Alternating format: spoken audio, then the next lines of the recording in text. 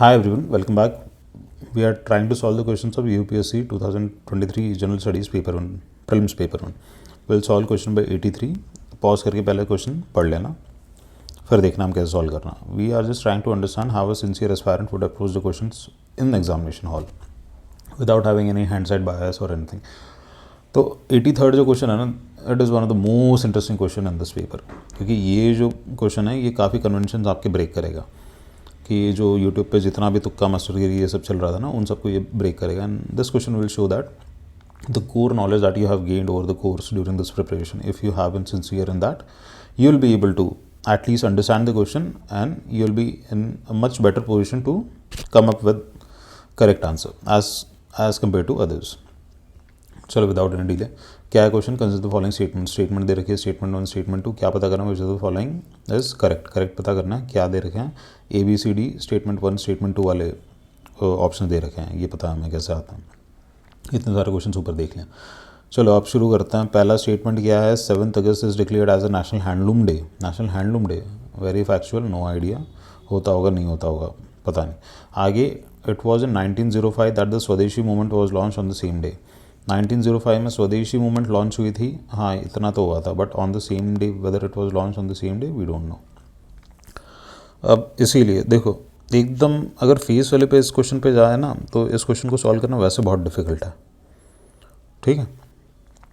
तो face value से तो सीधे सॉल्व नहीं हो रहा, तो भैया दिमाग लगाना पड़ेगा, है कि नहीं. चलो अब दिमाग लगाते हैं. अब क्या है, स्टेटमेंट्स हमें पता है कि पहले में क्या कहता है, स्टेटमेंट 2 करेक्ट और statement 2 is the correct explanation of statement 1. Second में स्टेटमेंट 1 स्टेटमेंट 2 करेक्ट है, but second is not the correct explanation of statement 1. Third कहता है statement 1 is correct and statement 2 is incorrect. और फोर्थ कहता है कि statement 1 is incorrect but statement 2 is correct. अब ये दो स्टेटमेंट्स को पढ़ के हमें ये तो पता चल रहा है, जैसे देखो पहले स्टेटमेंट में क्या फोकस है, 7 August is declared as a national handloom day, the specific date is declared as national handloom day. Second में क्या है, it was in 1905 that the Swadeshi movement was launch on the same day. यहाँ पे भी it was saying that Swadeshi movement was launch on the same day. So the focus is kind of on the same day. ये जो date वाला फंडा है ना, इस पर फोकस है. तो दोनों में से एक स्टेटमेंट तो हमारी सही होने वाली है 100%. क्यों सही होने वाली है? क्योंकि we don't have any option जिसमें ये बताया गया कि स्टेटमेंट जो सेकंड स्टेटमेंट है वो गलत है. सेकंड नहीं, सॉरी, मतलब जो दोनों स्टेटमेंट गलत है, ऐसा तो कोई ऑप्शन ही नहीं है हमारे पास. मतलब एक स्टेटमेंट तो हमारी 100% सही है, ये पता चल गया हमें, ठीक है. अब एक स्टेटमेंट तो 100% सही है, तो अब ये जो दो स्टेटमेंट्स है ना, देखो यूपीएससी ने ये क्वेश्चन बहुत प्यारे दिए थे. क्यों? क्योंकि ये जो स्टेटमेंट्स दे रखी थी, ये दी ही इसलिए थी ताकि आप क्वेश्चन को सॉल्व कर पाए. अगर एग्जैक्टली फैक्चुअल अगर यूपीएससी को खेलना होता तो ये क्वेश्चंस अनडूएबल होते हैं. But due to the nature of the statements that are given and also the options that are given, one could have come up with the exact answer, the correct answer, by trying to understand the context behind the question, ठीक है. अब स्वदेशी movement पे ना UPSC ने already question पूछ रखा है 1-2 साल पहले, नेशनल काउंसिल ऑफ एजुकेशन जो बनी थी उस टाइम पे उससे रिलेटेड. अब देखो 1905 में स्वदेशी मूवमेंट लॉन्च हुई थी, ठीक है. हमारा डेट का कन्फ्यूजन हट गया, क्योंकि हमें पता है कि सेम डे ऑप्शन से हमें पता चल गया कि हाँ भाई एक स्टेटमेंट सही होने वाले.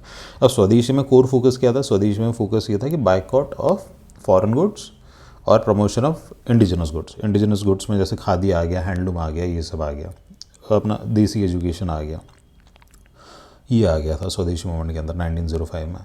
अब नेशनल हैंडलूम डे है. नेशनल हैंडलूम डे अगर आपको सेलिब्रेट करना है तो उसके पीछे आपको कुछ ना कुछ रिलेवेंस होना चाहिए, है कि नहीं. अब रिलेवेंस यहाँ पे कौन सा रिलेवेंस सबसे सही बैठेगा या बैठ सकता है, या स्वदेशी मूवमेंट जब लॉन्च हुई थी क्या वो रिलेवेंस बैठ सकता है कि उस दिन नेशनल हैंडलूम डे आप सेलिब्रेट कर रहे हो? हाँ, डेफिनेटली बैठ सकता है, ठीक है. तो इस केस में ये जो स्टेटमेंट्स है ना, कि दोनों स्टेटमेंट गलत है, इसकी पॉसिबिलिटी कम है, ये हट गई. दोनों में से एक स्टेटमेंट गलत है, इसकी पॉसिबिलिटी भी कम होगी, क्योंकि second statement is actually trying to explain as the first statement in one way or the other. Now we are just left with understanding the fact that whether the second statement is able to objectively support the first statement. अब date वाला जो हमारा confusion था ये तो हट गया था. सेकंड हमें पता है कि 1905 में स्वदेशी मूवमेंट शुरू हुआ था, उसी डेट पे हुआ होगा, मतलब ये तो सही है. अब पहला नेशनल हैंडलूम डे 7 अगस्त को मनाया जाता है. अब यहाँ पे आपको लीप ऑफ फेथ लेना पड़ेगा. अच्छा, स्वदेशी मूवमेंट हुआ था, फिर नेशनल हैंडलूम डे हो सकता है कि इसकी पॉसिबिलिटी हो कि उसी को कमेमोरेट करने के लिए जो हमारा स्वदेशी मूवमेंट था, नेशनल हैंडलूम डे, आप सेलिब्रेट कर रहा हूँ। तो अब यहाँ पे आपके पास बचते हैं ये दो ऑप्शन, ए और बी। अब यहाँ पे आपका इंट्यूशन खेलेगा, आपका एक्सपीरियंस खेलेगा। मैं इस केस में स्पेसिफिकली यूपीएससी ने जैसे प्रीवियस ईयर्स में क्वेश्चंस पूछ रखे हैं उसके बेसिस पे और जितनी नॉलेज मुझे है और जिस हिसाब से क्वेश्चन फ्रेम कर रखा है, I would have gone with option A, और मैंने पेपर में भी ऑप्शन ए ही टिक किया था। ठीक है, अब यहाँ पे आपने देखा कि बहुत सारी चीज़ें हैं, जैसे कि for example I would have gone with option A and I know that option A is correct. अभी तो आंसर की नहीं, मतलब गूगल करके भी पता चल गया कि आंसर ए सही है। बट हाँ, ये जो मैंने पूरा थॉट प्रोसेस बताया आपको, ये वही थॉट प्रोसेस था जो एग्जामिनेशन में लग रहा था मुझसे। ठीक है, अब देखो ये क्वेश्चन क्यों ब्यूटीफुल था ये मैं बताता हूँ आपको। क्योंकि आपको जितना सिखा रखा है ना, एक तो इस क्वेश्चन में ना आप मतलब पढ़ोगे तो एज लॉन्ग एज आपने हिस्ट्री भी थोड़ा कंटेक्चुअल बेसिस पे थोड़ा समझ के नहीं पढ़ी हो तो इतने लिंक्स आप एस्टैब्लिश नहीं कर पाओगे। बट आपको जो सिखाया जाता है, जैसे 7 August is declared as national handloom day, तो क्या गारंटी है कि 7 अगस्त ही होता होगा? जैसे साल में तो 365 दिन होते हैं, तो 7 अगस्त की सही होने की प्रॉबिलिटी आपकी कितनी होगी? 1/365। तो 7 अगस्त की गलत होने की प्रॉबिलिटी कितनी होगी आपकी 364/365, है कि नहीं? तो उस हिसाब से कहते हैं कि अच्छा ये तो डेट लिखा है, इसको सीधे सीधे काटो। अब ये दो स्टेटमेंट्स में से कौन सा ज़्यादा फैक्चुअल है? फर्स्ट स्टेटमेंट ज़्यादा फैक्चुअल है, तो आप इसको काटो, है कि नहीं? जो मतलब अब हम वो डिस्कस कर रहे हैं जो बकचोदी घूमती रहती है यूट्यूब पे इधर उधर, कि आपको क्वेश्चन नहीं आता हो तो आप किस तरीके से देखोगे वो सब। तो आप इसको सीधे काटते, आप ये काटते तो आपका डी आ जाता, तो आपका ही कट जाता है इस क्वेश्चन में।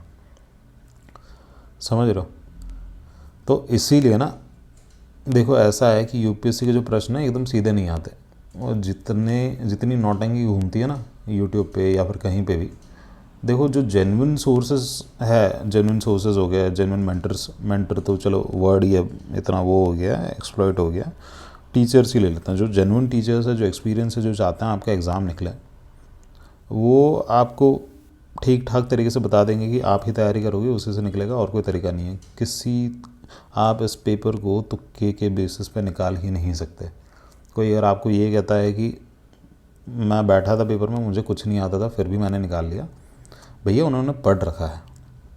ठीक है, किसी के भी इन शब्दों पे मत जाओ। यूपीएससी पेपर इस तरीके से फ्रेम करता है, हर साल 9-10 हज़ार बच्चे निकालते हैं। ठीक है, एग्ज़ाम कंडीशन में जो बच्चा थोड़ा सा काम होके बैठ सकता है और जिसने पढ़ रखा है वही एग्ज़ाम निकालेगा। और 2023 का जिस हिसाब से पेपर आया है, इसमें तो भैया आपके तुक्के लगेंगे ही नहीं, क्योंकि तुक्के लग गए तो तुक्के लगने के बाद जो ओवरऑल जब आप नेट निकालोगे ना, तो पूरा बैलेंस आउट हो जाता है। ठीक है, तो इसीलिए हमने 83rd जो क्वेश्चन है उस पर थोड़ा सा ज़्यादा टाइम स्पेंड किया, कि अच्छा क्वेश्चन था ये, इसको आप सीधे तुक्के गिरे से सॉल्व नहीं कर सकते था। चलिए आगे क्वेश्चंस करते रहेंगे, मिलते हैं नेक्स्ट क्वेश्चन पर।